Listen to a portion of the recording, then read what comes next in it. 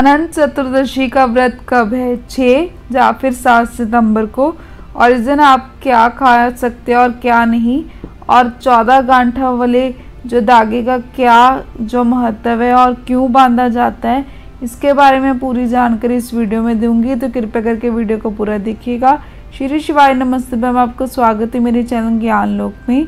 हिंदू धर्म में अनंत चतुर्दशी का जो व्रत है ना, वो काफ़ी खास माना जाता है। हर साल भाद्रपद मास के शुक्ल पक्ष की चतुर्दशी तिथि को अनंत चतुर्दशी का व्रत रखा जाता है। इस दिन से भगवान जो गणेश उत्सव का जो समापन होता है, इसके साथ ही भगवान विष्णु जी के अनंत रूप का पूजन भी किया जाता है। गणेश विसर्जन के अलावा श्री हरि जो विष्णु की विधिवत पूजा करने से शुभ फल की प्राप्ति होती है। अनंत चतुर्दशी के दिन पूजा करने के साथ साथ व्रत कथा अवश्य पढ़ना चाहिए। इससे जातकों को संकट से मुक्ति मिलने के साथ सुख समृद्धि धन वैभव की प्राप्ति हो जाती है। तो मैं आपको बताती हूँ अनंत चतुर्दशी पूजा का शुभ मुहूर्त 6 सितंबर को सुबह 7:30 से लेके दोपहर 1:30 तक पूजन का शुभ मुहूर्त है।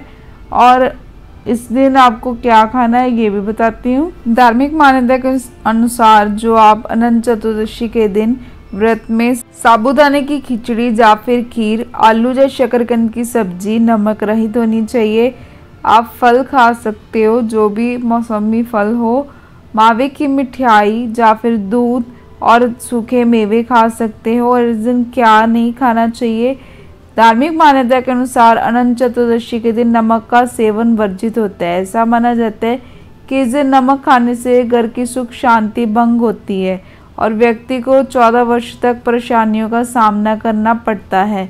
सिर्फ व्रती ही नहीं, घर के सभी सदस्यों को इस दिन नमक खाने से परहेज करना चाहिए। नमक त्याग से मन और तन की शुद्धि मानी जाती है। यह चीज़ें क्यों वर्जित है? जो धार्मिक मान्यता के अनुसार जो सफ़ेद पदार्थ चंद्रमा और शीतल ऊर्जा के प्रतीक माने जाते हैं, जबकि अनंत चतुर्दशी का संबंध तप, संयम और व्रत की कठोरता से जुड़ा है। ऐसे में सफ़ेद वस्तुओं का सेवन व्रत के प्रभाव को कम कर देता है और व्रत करने वालों को संपूर्ण फल नहीं प्राप्त होता। तो मैं आपको बताती हूँ कि कौन सी सफ़ेद चीज़ें हैं जो आपको नहीं खानी चाहिए। अनंत चतुर्दशी और गणपति विसर्जन पर शनिवार का दुर्लभ संयोग बन रहा है। इस दिन भोजन में कुछ विशेष नियमों का पालन करना जरूरी होता है। खास तौर पर जो सफ़ेद रंग की कुछ चीज़ों का सेवन वर्जित माना जाता है, क्योंकि ये व्रत की पवित्रता को भंग करता है। तो आइए जानते हैं कि कौन सी सफ़ेद चीज़ें खाना व्रत में वर्जित है। सबसे पहले दही। दही को भी सफ़ेद खाद्य पदार्थों में गिना जाता है। इस दिन दही खाने से व्रत की पवित्रता भंग होती है और शुभ फल प्राप्त नहीं होता। नंबर 2, अनंत चतुर्दशी के व्रत में भूलकर भी नमक का सेवन नहीं करना चाहिए, क्योंकि इससे परिवार पर नकारात्मक असर पड़ता है। मान्यता के अनुसार बुरे जो परिणाम है ना 14 साल तक भुगतने पड़ते हैं और घर की सारी खुशियाँ चली जाती है। राजा से रंग बनने की नौबत आ जाती है। और नंबर 3, जो चावल सफ़ेद अनाज माना जाता है, व्रत के दिन इसको सेवन नहीं करना चाहिए, ये वर्जित माना जाता है। तो जो इस दिन चावल खाने से व्रत का फल नहीं मिलता। ये थी कुछ चीज़ें जो आपको व्रत के दिन नहीं खानी चाहिए, जिसको खाना बहुत ही जो मनाही है और वर्जित माना जाता है। अब मैं आपको जो 14 गांठों वाले धागे के बारे में बताती हूँ। इस दिन अगर आप व्रत करें तो पहले शुद्ध होकर स्नान करके व्रत संकल्प करना चाहिए। संकल्प करते समय हाथ में जल लेकर मन में कहिए, मैं अनंत चतुर्दशी का व्रत कर रहा हूँ, मेरे सभी पापों का क्षय हो और मुझे अनंत सुख मिले।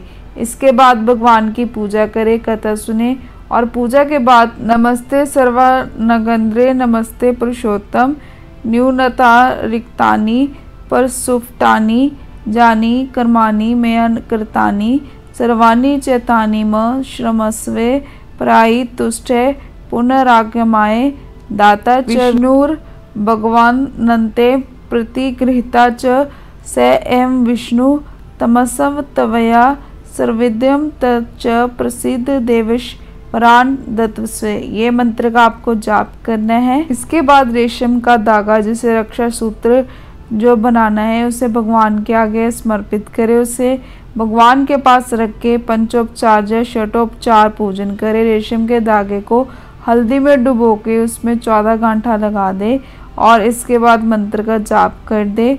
अनंत संसारे मह समुद्रे मग्नाए सम बुगुदार वासुदेवाय अनंते रूपे विनोय जाति तममा हर नंत्र रूपाय नमो नमस्ते। इसके बाद अक्षासूत्र पुरुष दाएं हाथ में और महिलाएं बाएं हाथ में बांधे। इस दिन भगवान विष्णु को खीर का भोग लगाना चाहिए। पहले ब्राह्मण को भोजन कराए, फिर दान दे, उसके बाद स्वयं भोजन करे। आखिर क्यों बांधा जाता है 14 गांठ वाला अनंत सूत्र और इसका क्या महत्व है? तो अनंत चतुर्दशी जैसे सबको मैंने पहले बता ही दिया है कि 6 सितंबर 2025 को मनाई जाएगी। इस दिन भगवान विष्णु के 14 रूपों और 14 लोकों की पूजा होती है। 14 गांठ वाला अनंत सूत्र जो धारण करके भक्त सुख समृद्धि की कामना करते हैं और इसी दिन गणपति जी का विसर्जन होता है। तो मैं आपको बता दूं कि पौराणिक मान्यता और 14 लोकों का क्या रहस्य है। कहा जाता है कि अनंत चतुर्दशी के दिन भगवान विष्णु ने 14 लोकों की रचना की थी। इसी दिन उन्होंने अपने 14 रूपों में प्रकट होकर लोकों की रक्षा का संकल्प लिया। मान्यता है कि जो वक्त इस दिन व्रत रखता है, भगवान विष्णु की पूजा करता है और उसे धर्म ग्रंथों के अनुसार 14 लोकों के सुख की प्राप्ति होती है। अनंत भगवान की कृपा से ऐसे भक्तों के जीवन में सुख समृद्धि यश और वैभव का आगमन होता है। क्या है 14 गांठ वाला अनंत सूत्र? अनंत चतुर्दशी पे व्रत रखने के बाद भगवान विष्णु और माता लक्ष्मी की पूजा की जाती है। पूजा के अंत में एक खास धागा बांधा जाता है जिसे अनंत सूत्र कहते हैं। इसमें 14 गांठें होती है। ये प्रतीक है कि भगवान विष्णु के 14 रूपों और 14 लोकों की रक्षा करने का संकल्प। मान्यता है कि इस धागे को धारण करने में जीवन में स्थिरता, समृद्धि और सौभाग्य का सुख मिलता है। ये था 14 गांठों वाले अनंत सूत्र का रहस्य और उसका महत्व और क्यों बांधा जाता है, इसके बारे में मैंने आपको इस वीडियो में जानकारी दे दी। अगर वीडियो में दी गई जानकारी अच्छी लगी तो मेरे चैनल ज्ञान लो को सब्सक्राइब करना मत भूलना।